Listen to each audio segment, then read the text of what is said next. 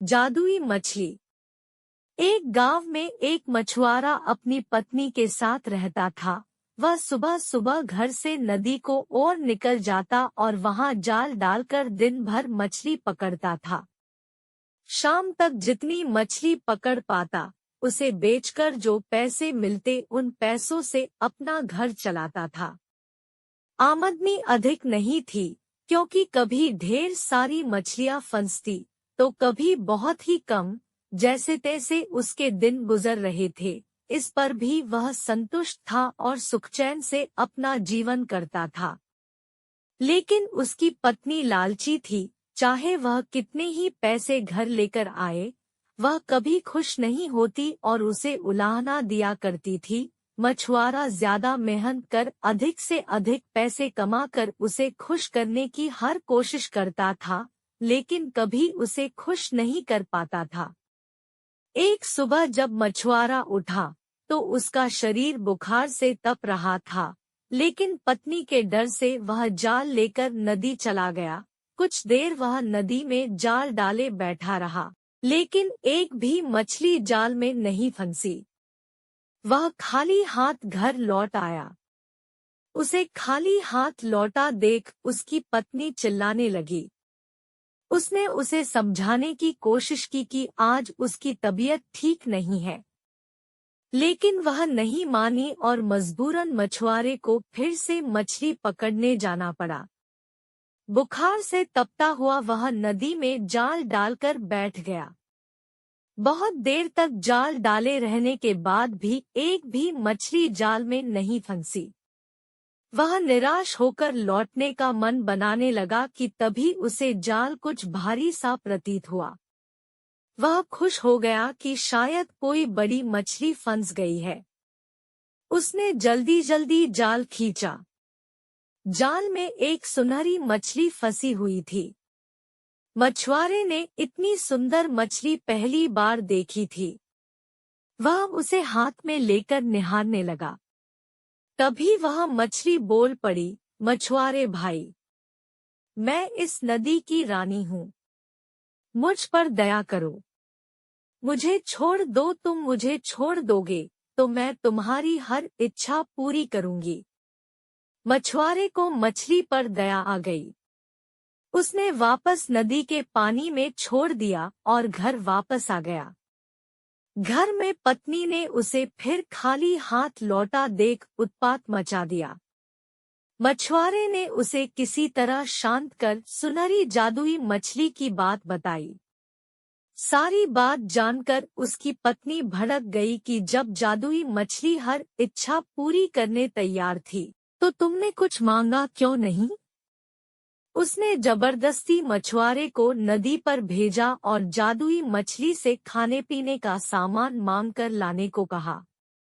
मछुआरा नदी पर पहुंचा और किनारे खड़े होकर जोर से चिल्लाया, मछली रानी, मछली रानी, बाहर तो आओ। मेरी एक विनती सुन लो। कुछ ही देर में नदी के पानी में हलचल हुई और सुनहरी जादुई मछली पानी के ऊपर आ गई। क्या बात है मछुआरे भाई? मुझे क्यों बुलाया? मछली बोली। मछली रानी, आज घर पर खाने का कुछ सामान नहीं है। मैं और मेरी पत्नी दोनों भूखे हैं। क्या तुम मुझे खाने का कुछ सामान दे सकती हो? मछुआरा हाथ जोड़कर बोला। क्यों नहीं? मछली बोली, तुम अपने घर पहुंचो, वहां खाने का सामान पहुंच जाएगा। मछुआरे ने वापस घर की राह पकड़ ली। जब वह घर पहुंचा, तो देखा दरवाजे पर खाने पीने की ढेर सारी चीजें रखी हुई है। उसने आवाज लगाकर अपनी पत्नी को बुलाया और वे सारी चीजें दिखाई। उसकी पत्नी खुश हो गई। सारी चीजें घर के अंदर रखने के बाद मछुआरा बैठा ही था कि पत्नी बोली, तुम भी क्या बस खाने पीने की चीजें ही मांग कर लाए? सुंदर वस्त्र और कीमती आभूषण भी तो मांगने चाहिए थे। अभी जाओ और जादुई मछली से जाकर वस्त्र और आभूषण मांगो। मछुआरे को बार बार जाकर मछली से चीजें मांगना ठीक नहीं लगा। वह बोला, अभी तो इतना सारा खाने का सामान मांग कर लाया हूँ। हमारी खाने की जरूरतें तो पूरी हो गई। कपड़े और आभूषण फिर कभी मांग लूंगा। ये सुनना था कि पत्नी ने आसमान सिर पर उठा लिया। मछुआरा मन मानकर फिर नदी की ओर चल पड़ा। वहां उसने फिर से मछली को पुकारा, मछली रानी, मछली रानी, जरा बाहर तो आओ। मछली पानी के ऊपर आ गई।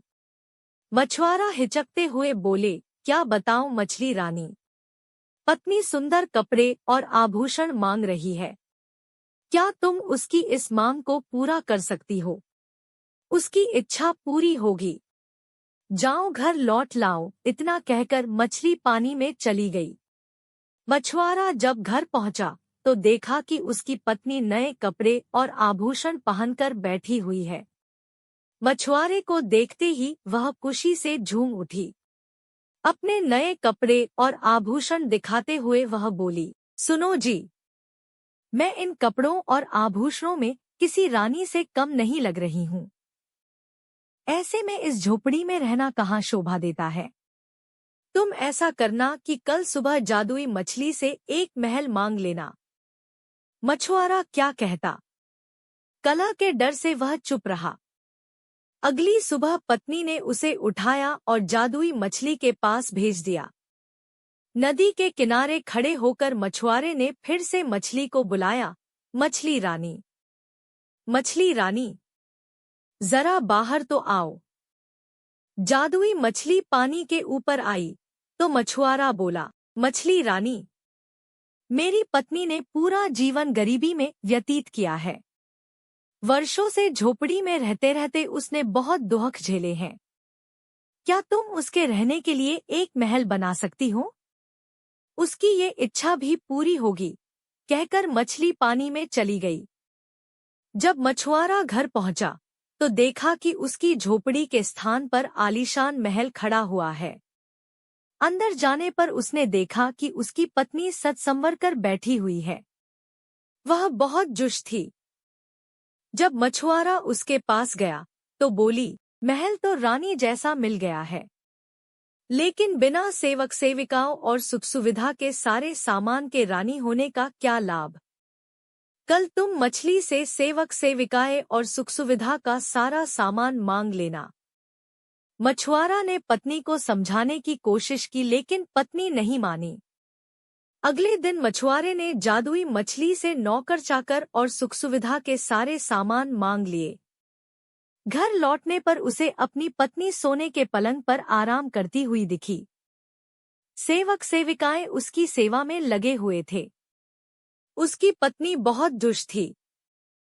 कुछ दिन उसने बड़े मजे से काटे, लेकिन फिर उसके मन में नई इच्छा ने जन्म ले लिया।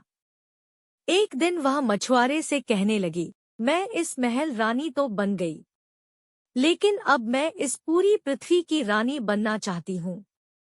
जाओ जादुई मछली से कहो कि मुझे इस पृथ्वी की रानी बना दे। मछुआरा अपनी पत्नी की रोज रोज की इच्छाओं से तंग आ चुका था और इस बार तो अति हो चुकी थी। उसने मछली के पास जाने से मना कर दिया। इस पर उसकी पत्नी लड़ने झगड़ने लगी। इस पर भी जब मछुआरा तैयार नहीं हुआ तो उसने उसे महल से निकाल दिया। दुखी मछुआरा फिर से नदी पर गया और जादुई मछली को पुकारने लगा, मछली रानी, मछली रानी, जरा बाहर तो आओ। जादुई मछली तैरकर पानी के ऊपर आ गई और बोली, क्या बात है? अब तुम्हारी पत्नी की क्या इच्छा है? मछुआरा बोला, अब तक मैं हर बार अपनी पत्नी की इच्छा लेकर तुम्हारे पास आया करता था। आज अपनी इच्छा लेकर आया हूँ।